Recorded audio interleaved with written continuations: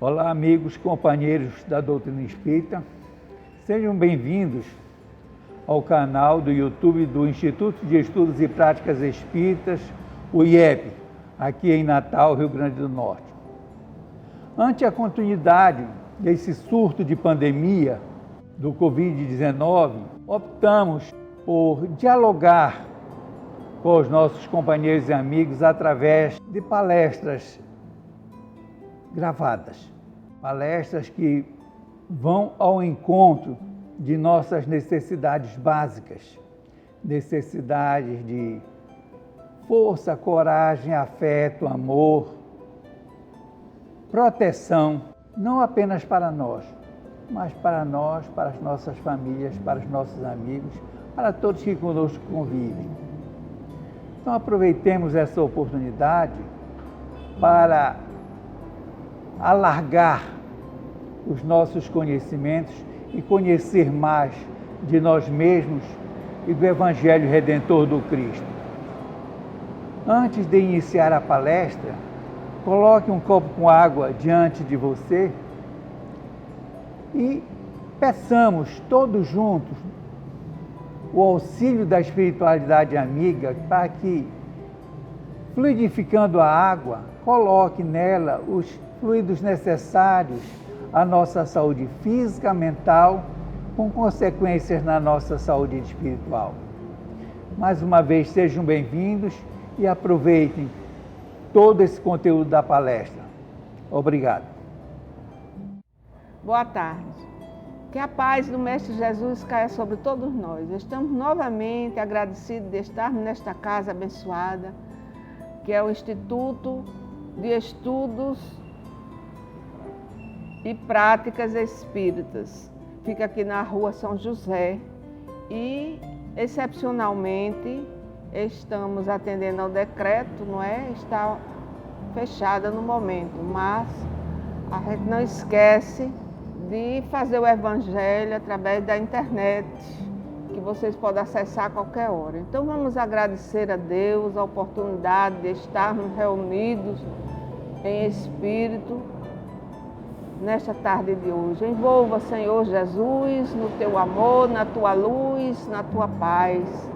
Nos faça discípulo de ti, transforme todos aqueles que estão em nosso caminho, encarnados e desencarnados, e nos deixa ser o teu beija-flor da paz. Com esta prece, nós damos por iniciado nosso estudo na tarde de hoje. Meus irmãos, o tema que eu escolhi hoje está no capítulo 17, item 4. Este capítulo é Sede Perfeitos. E o item 4 fala sobre os bons espíritas, não é? Então, estou falando hoje em especial para os espíritas, não é? Embora serve para todos, porque o verdadeiro espírita é o cristão, né? E tem muita gente cristã que assiste, não é, essas lives. Então, agradecemos toda a assistência. Vamos ver o textinho aqui do Evangelho, do item 4, quando ele fala: os bons espíritas, bem compreendido, mas sobretudo bem sentido, o Espiritismo leva aos resultados acima expostos, que caracteriza o verdadeiro espírita como cristão verdadeiro, pois que um é o mesmo que outro. O Espiritismo não institui nenhuma nova moral, apenas facilita aos homens a inteligência e a prática do Cristo, facultando fé inabalável e esclarecida aos que duvidam ou vacilam. O texto é maior, vocês peguem o Evangelho nesse item e continuem a ler, porque tem grandes ensinamentos, não é? Vamos nos deportar quando Jesus estava com os cristãos primitivos, não é? Que eram os apóstolos dele. Antes dele partir, ele falou para os apóstolos: se me amais, guardai os meus mandamentos, e eu rogarei ao Pai, e ele vos dará outro Consolador, para que fique eternamente convosco, o Espírito da verdade, a quem o mundo não pôde receber, porque não o vê, nem o conhece. Mas a vós o conhecereis, porque ele ficará convosco e estará em vós. Mas o Consolador, a quem o Pai enviará em meu nome, vos ensinará todas as coisas e vos fará lembrar de tudo o que vos tenho dito.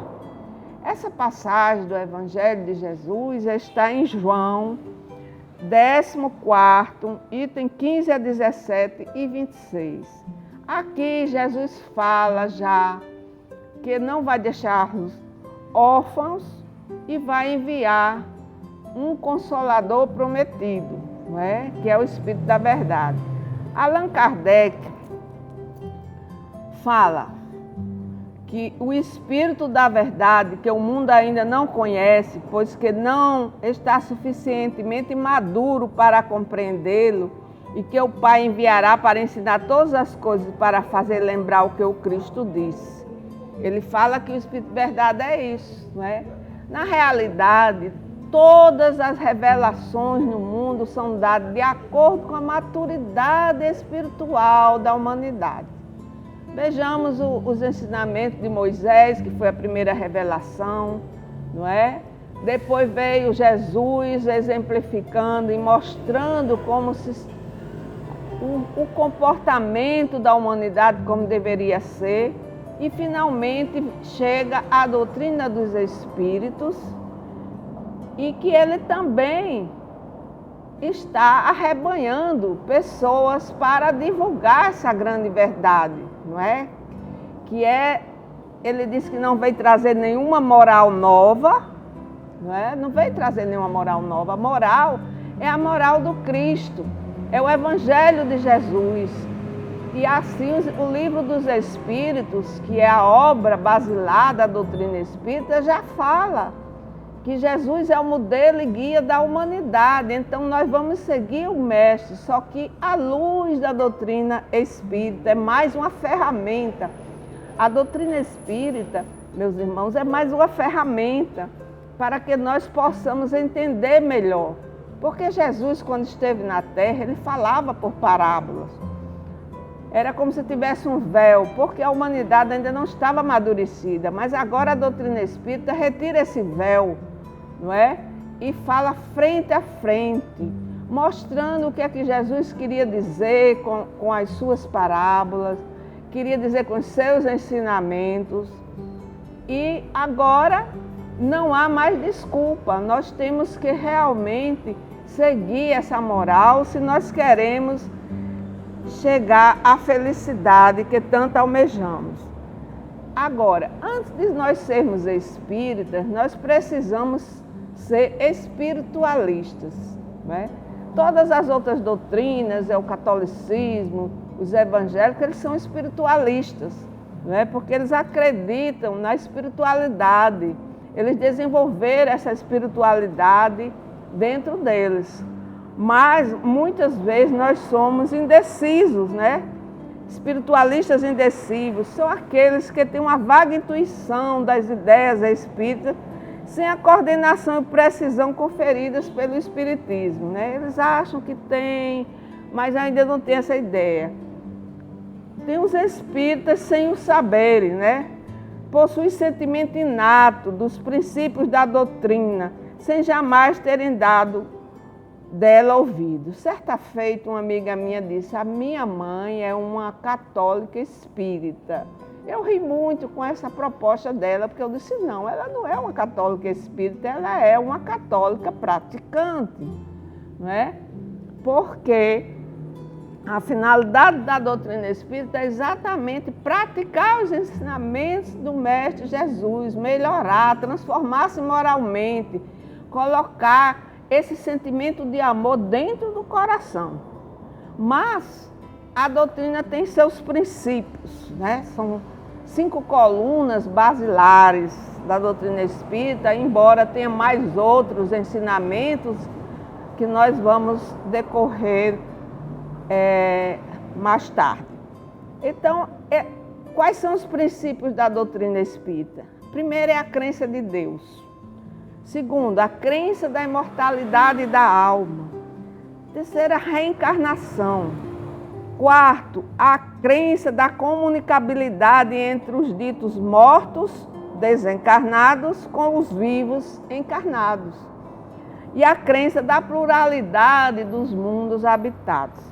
Se nós não acreditarmos nisso, ou não estudarmos isso, nós não podemos dizer que somos espíritas, não é? Nós precisamos acreditar nesses princípios para se dizer. Allan Kardec dizia: o espírita verdadeiro e sincero se acha em grau superior de adiantamento moral, ou pelo menos deveria estar, né? Em grau de adiantamento moral. Nem sempre isso acontece, né? Mas é para estar nisso, porque ele diz: reconhece-se o verdadeiro espírita pela sua transformação moral e pelos esforços que faz para dominar as más inclinações. Isso foi dito por Allan Kardec, né? O codificador da doutrina espírita. Ele também falou que o verdadeiro espírita valoriza mais os bens espirituais do que os materiais, empregando bastante o seu tempo e capacidade no desenvolvimento em si mesmo desses valores. Quer dizer, um espírita, ele tem que valorizar muito mais os bens espirituais do que os materiais, não é? Às vezes a pessoa tem um grande conhecimento, mas ainda tem muito apego aos bens materiais. Então, dá-lhe uma percepção mais clara do futuro. Os princípios da doutrina lhe fazem vibrar as fibras, né? Quando ele tem uma percepção melhor do futuro, que ele já sabe para onde vai, o que é que vai acontecer com ele, né? Com a imortalidade da alma, essa percepção de futuro, ele vibra, não é? Porque ele sabe que se ele desencarnar não é o fim, não é? Quantas pessoas não estão agora desencarnando e estão desesperados? Mas para o espírita, a consolação é muito maior. Por isso que a doutrina espírita foi chamada de o Consolador Prometido, não é? Porque ele diz: não, ninguém morre, nós mudamos apenas de plano e assim por diante. É tocado no coração pelo que inabelável se torna a fé. E aqui nós vamos fazer um parênteses, porque muitas vezes a pessoa pensa que fé é acreditar.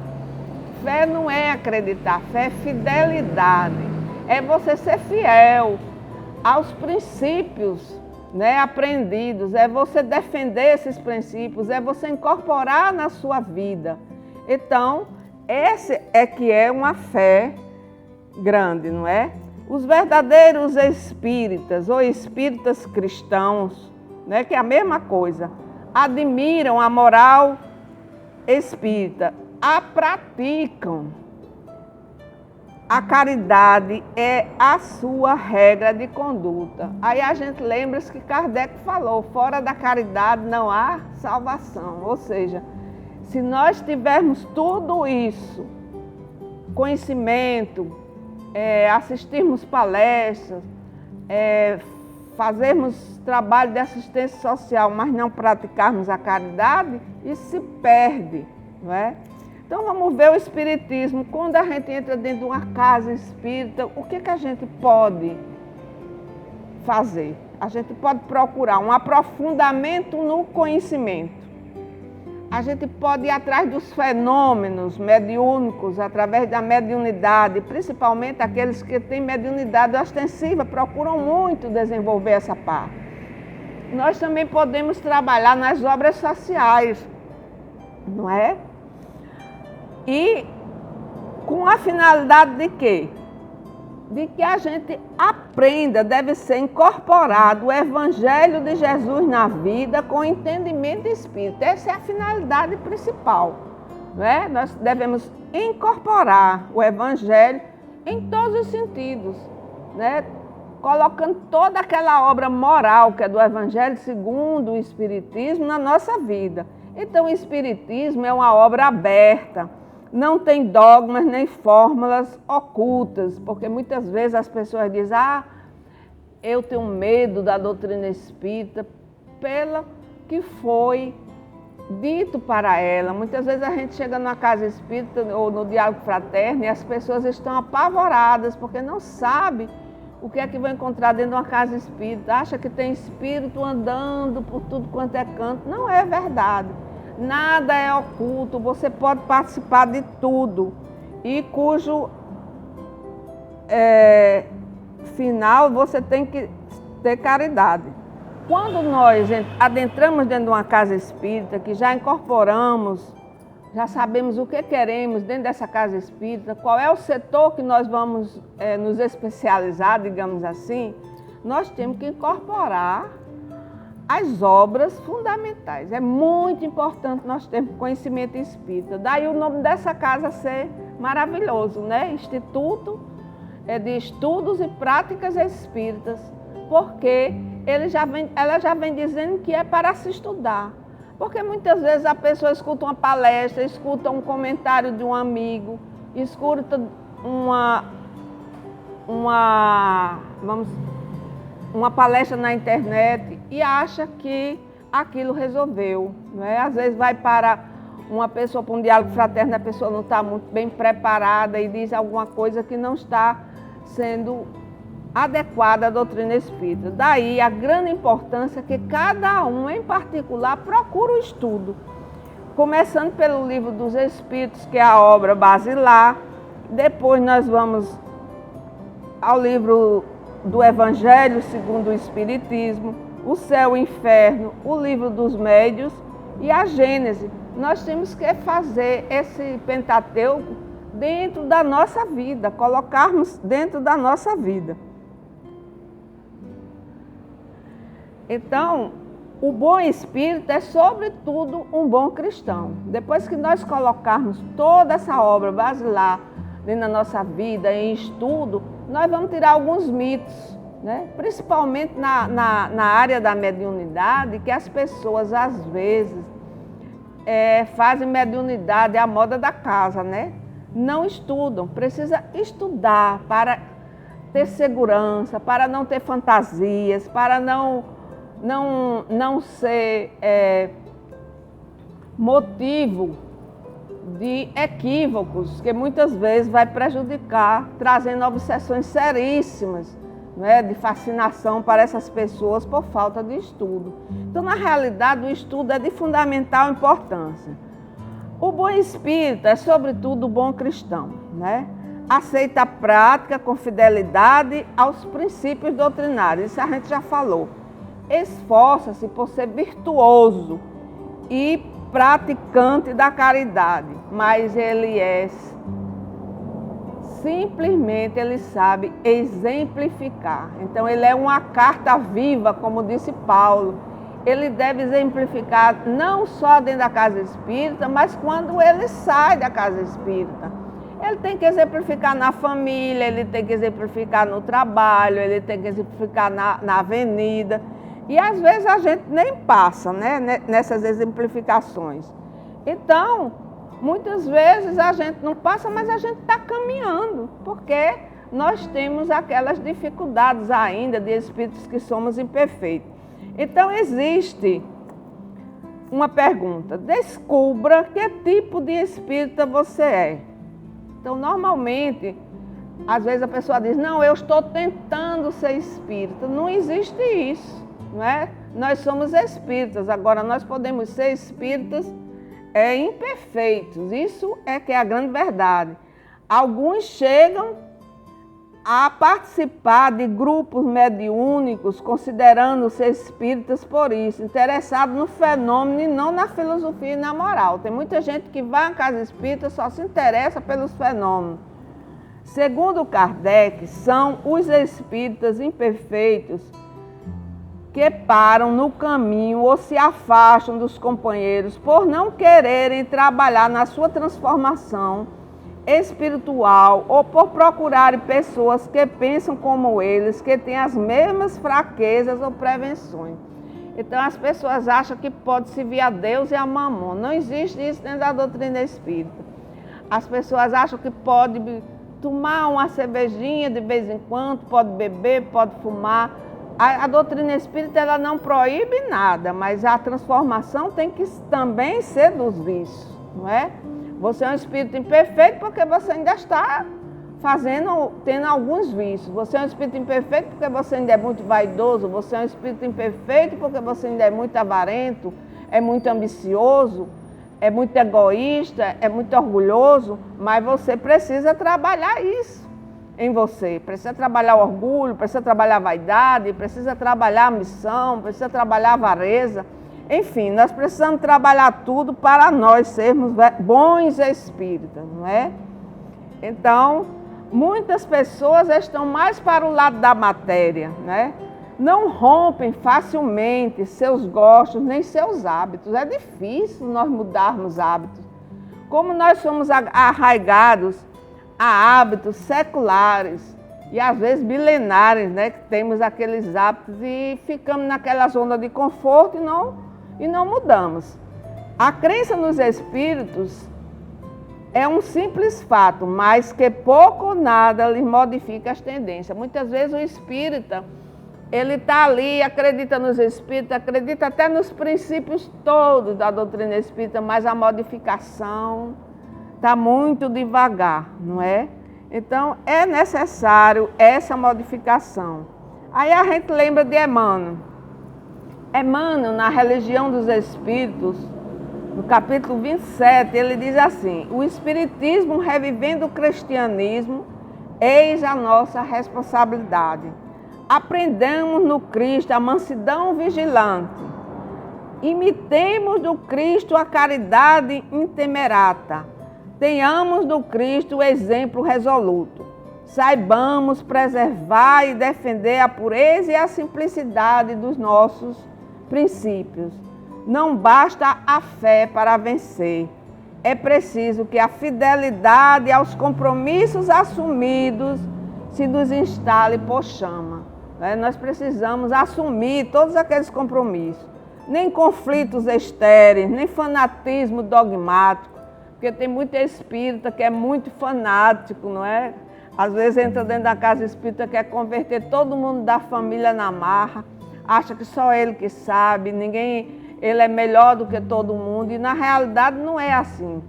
Se nós temos a doutrina espírita é porque nós ainda estamos precisando de melhorar, não é? Nem tronos de ouro, nem perturbação fantasiada de grandeza intelectual.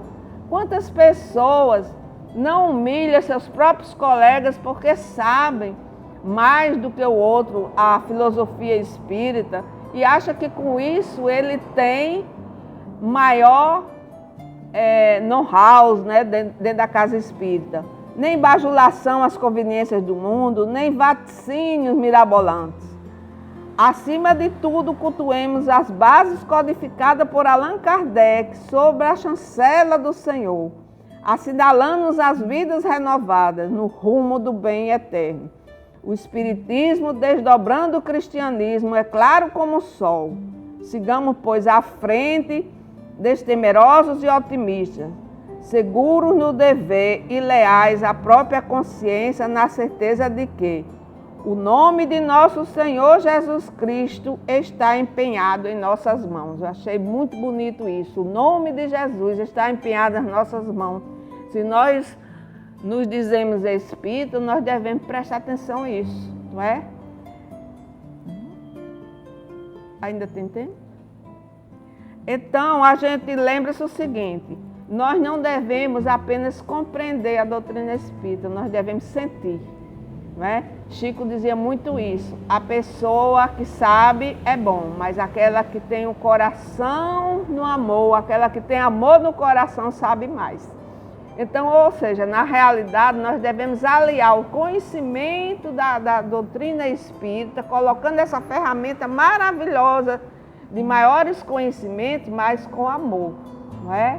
Porque a fé é raciocinada, mas essa razão, ela deve ser iluminada. Porque não adianta nada a gente ter uma fé raciocinada, se a gente não tiver o amor no coração, iluminar. Porque muitas vezes a gente não trata bem as pessoas. Às vezes a gente faz um trabalho de assistência social, maltrata. A gente às vezes recebe uma pessoa no diálogo fraterno, às vezes é um pouco ríspido, porque faltou o quê? Faltou essa iluminação da razão. Nós que já entendemos essa fé raciocinada, devemos iluminar essa razão. Não adianta nada essa fé raciocinada se nós não tivermos iluminação interior no nosso coração. Então, resumindo, é a caridade em ação. Tanto a caridade moral como a caridade material. Se nós fizermos uma obra social e não colocarmos amor, nós vamos fazer o quê? Filantropia, não é? Não é caridade. Caridade é a mão esquerda não sabe o que a mão direita faz. Nós tratamos bem as pessoas quando estamos fazendo a caridade.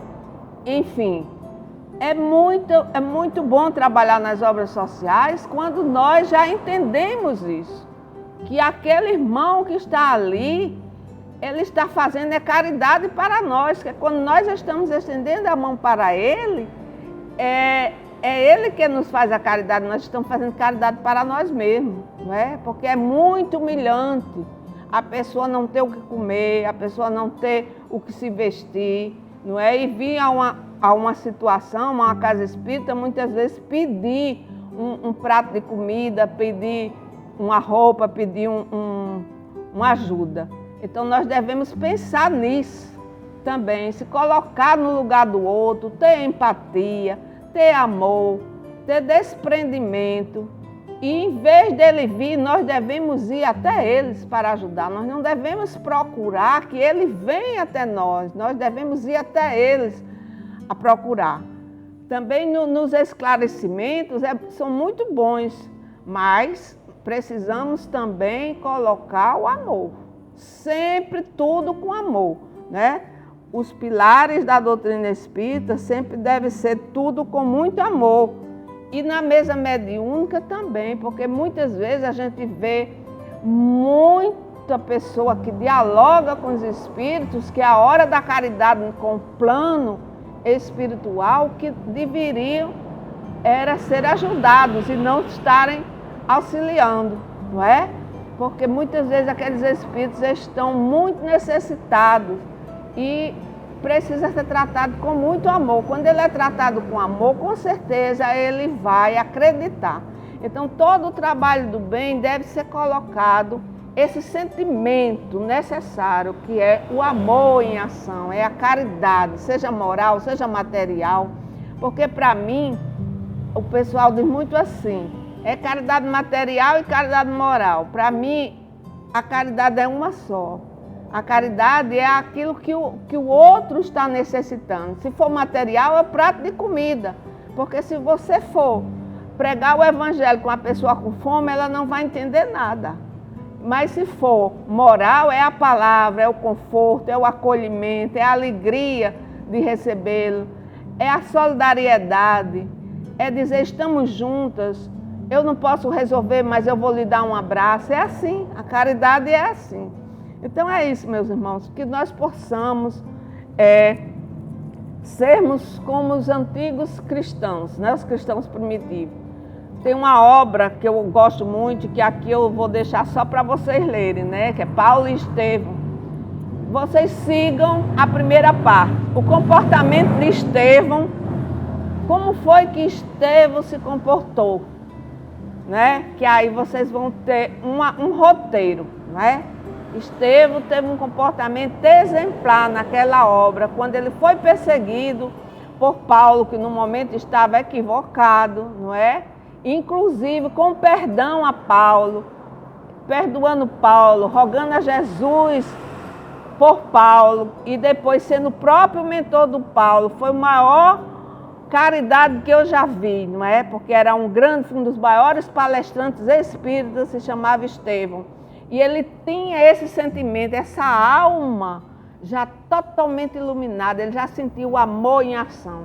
Por isso que Paulo, ao olhar para ele, com toda a eloquência, não conseguia passar esse amor que Estevão passava. Então vocês leiam esta obra, nem que seja os primeiros capítulos, até a morte de Estevão, vem contando, até chegar à morte de Estevão, quando ele foi apedrejado, e que ele depois se torna o próprio mentor do Paulo. E quando Paulo é decapitado, já lá mais na frente, que Paulo já trabalhava para Jesus, é o próprio Estevão que vem receber o Paulo. Não pode existir um amor maior do que esse, não é? Tem vários exemplos e a gente precisa realmente ler. O tempo é pouco, eu não posso contar a história de Estevão, mas eu deixo aqui a interrogação. Leiam esta obra, Paulo e Estevão, a obra-prima, eu acho, na minha opinião, de Emmanuel e Chico, sobre a caridade e sobre a história do cristianismo nascente. Muita paz, que sejamos iguais a esses apóstolos no início, sem medo, com a coragem e com a vontade de trabalhar. Muita paz em nossos corações. Finalizada a palestra, nós agradecemos a sua atenção, agradecemos ter sintonizado em nosso canal e agora pedimos que você beba da água que você colocou para fluidificar. Certamente auxiliará a você, auxiliará com os fluidos necessários à sua saúde, notadamente a sua saúde mental e espiritual. Boa noite.